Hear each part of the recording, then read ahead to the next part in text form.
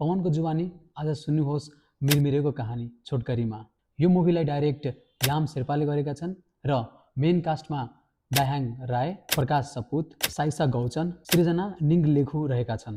मुभीको सुरु बुबा र छोरी निमाकबाट हुन्छ। निमाकी आमा विदेश पसेकी हुन्छन्।